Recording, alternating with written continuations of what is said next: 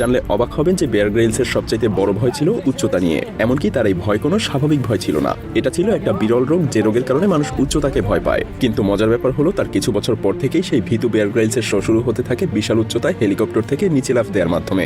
বেশ অবাক লাগছে তাই না? তিনি ছিলেন যুক্তরাজ্যের মিলিটারি স্পেশাল ফোর্সের একজন অন্যতম সদস্য।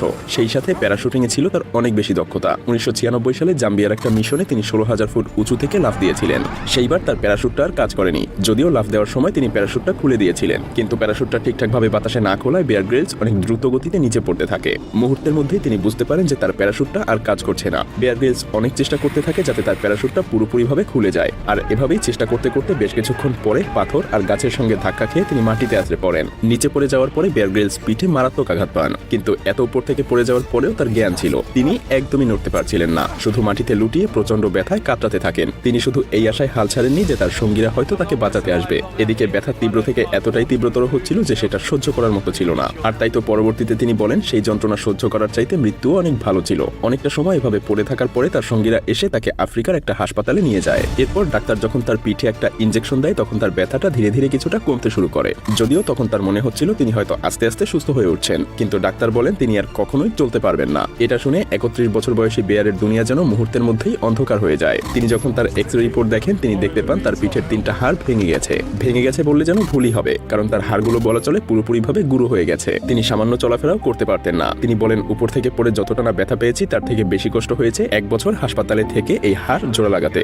হাসপাতালের বেডে শুয়ে তিনি সারাদিন চিন্তা করতেন যে তিনি হয়তো আর কখনোই সুস্থ হতে পারবেন না। তার বেঁচে থাকার ইচ্ছাটাই একেবারে মরে গিয়েছিল। তারপরও বেয়ার গ্রিলসের বেঁচে থাকার একমাত্র উদ্দেশ্য ছিল বিভিন্ন নতুন নতুন জায়গায় ঘুরে বেড়ানো এবং নতুন নতুন অ্যাডভেঞ্চারাস জার্নি। কিন্তু এই একটা আঘাত তার কাছ থেকে সবকিছু যেন একদম কেড়ে নিয়েছিল। এসব ভেবে তিনি রাতের পর রাত নির্ঘুম কাটিয়ে দিয়েছেন। হতাশা যেন তাকে চারপাশ থেকে ঘিরে ধরেছিল। এমনকি ধীরে ধীরে তিনি নিজেকেও ঘৃণা করতে শুরু করেন। প্রায় 2 মাস হয়ে গিয়েছিল, কিন্তু তার মধ্যে সুস্থতার কোনো লক্ষণই দেখা যাচ্ছিল না। উল্টো তার শরীরের ব্যথা আরো দিন দিন বেড়েই যাচ্ছিল। সেই সাথে তার শরীরটাও আস্তে আস্তে ভেঙে পড়ছিল। নিজের এই অবস্থা দেখে তিনি দিনের পর দিন আরো হতাশ হয়ে যাচ্ছিলেন। ভেতর থেকে তিনি ধীরে ধীরে ভেঙে পড়ছিলেন। তার কোনো কিছুই যেন আর ভালো লাগতো না। সামান্য কথাতেই তার কান্না চলে আসতো। ডিপ্রেশন যেন তাকে আরো জাপটে ধরেছিল। কিন্তু যারা বেয়ার গ্রিলসকে চিনতো তারা সবাই জানতো বেয়ার অনেক পজিটিভ মাইন্ডের একজন মানুষ। তাদের সবার বিশ্বাস ছিল বেয়ার গ্রিলস এই অবস্থা থেকে অবশ্যই বের হয়ে আসতে পারবে। কিন্তু তেমনটা যেন আর হয়ে উঠছিল না, কারণ বেয়ার গ্রিলস ভেতর থেকে খুব ভেঙে পড়েছিলেন। তিনি তার সামনে কোনো আশার আলোই দেখতে পাচ্ছিলেন না, কারণ তার সমস্ত স্বপ্ন একেবারে ভেঙে গিয়েছিল। হঠাৎ একদিন রাতে তিনি বিছানায় শুয়ে শুয়ে দেয়ালে ঝোলানো একটা ছবি দেখছিলেন। ছবিটা ছিল হিমালয় পর্বতের। ছোটবেলা থেকেই তার বাবা আর তার প্রচন্ড ইচ্ছা ছিল হিমালয় পর্বত জয় করার। তিনি দেখতে পান ছবিটার উপরে ধুলো পড়ার সাথে সাথে তার ইচ্ছা আর স্বপ্নের উপরেও যেন ধুলোর এক পুরো আস্তরণ জমে গেছে।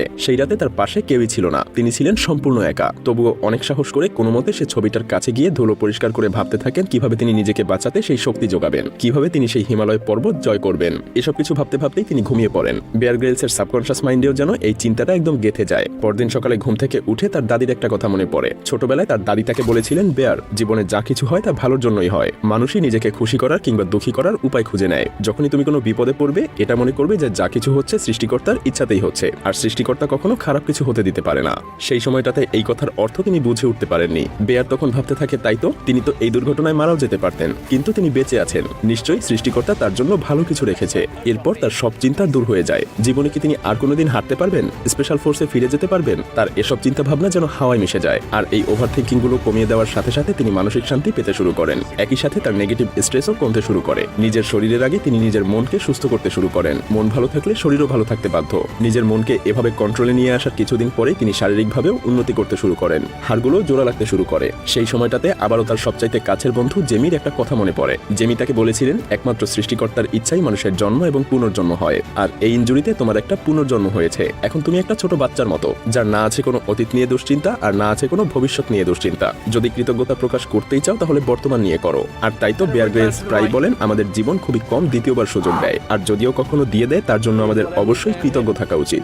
হ্যাঁ, তিনি কৃতজ্ঞ ছিলেন নিজের জীবনের জন্য, ভাঙা কোমর আর স্বপ্নের জন্য। তিনি মাউন্ট এভারেস্টের একটা ছবি হাতে নিয়ে বলেন, সুস্থ হওয়ার পর আমি এই এভারেস্টের চূড়ায় আমি নিজে উঠবো। বেয়ার গ্রিলসের পুরো এই ডিপ্রেশনের সময়টাতে তার যদি কোনো ভালো অর্জন থাকে সেটা হলো তার ডিপ্রেশনের সময়ে অর্জিত লক্ষ্য। যদিও সেই সময়টাতে তিনি হাঁটতেই পারতেন না, অথচ এই অবস্থায় তিনি প্রতিজ্ঞা করেন যে তিনি মাউন্ট এভারেস্ট জয় করবেন। ভাবতে পারছেন, একটা পঙ্গু মানুষ চিন্তা করছে সে মাউন্ট এভারেস্ট জয় করবে। তিনি তখন আশেপাশের মানুষদেরকে বলতে শুরু করেন তিনি সুস্থ হয়ে মাউন্ট এভারেস্টে উঠতে চান। তারা তার কথায় খুব একটা গুরুত্ব দিত না, কিন্তু তিনি নিজে ছিলেন বদ্ধপরিকর। তাই তার মন আর শরীর দুইটার লক্ষ্যই এক হয়ে যায়। তারা যেন এক হয়ে কাজ করতে শুরু করে বেয়ারকে সুস্থ করতে।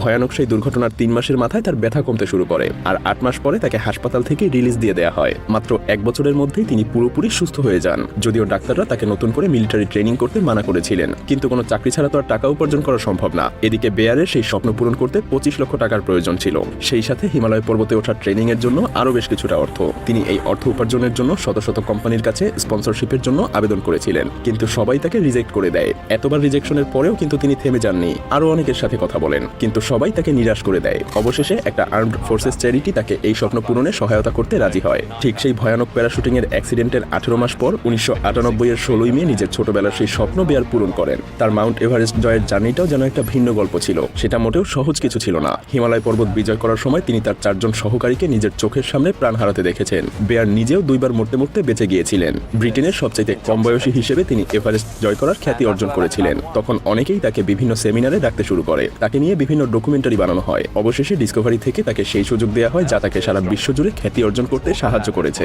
আর এরপরই সবাই তাকে ম্যান ভার্সেস ওয়াইল্ডের মাধ্যমে চিনতে শুরু করে। আপনিও হয়তো তাদের মধ্যেই একজন, আর আপনার শুধু বাকি আছে আপনার নিজেকে খুঁজে বের করা। কারণ একটা মানুষ যার মেরুদণ্ডের হাড় পর্যন্ত গুঁড়ো হয়ে গিয়েছিল, ডাক্তার বলে দিয়েছিল তাকে দিয়ে আর কোনোদিনও সম্ভব না, আশপাশের মানুষ বলেছিল সম্ভব না, এবং তিনি নিজেও বিশ্বাস করে নিয়েছিলেন যে তাকে দিয়ে হয়তোবার সম্ভব না, সেই মানুষটা বিশ্বজয় করে দেখিয়েছেন। তাহলে আপনার কি সমস্যা? আপনাকে তো সৃষ্টিকর্তা সবকিছু দিয়ে রেখেছেন।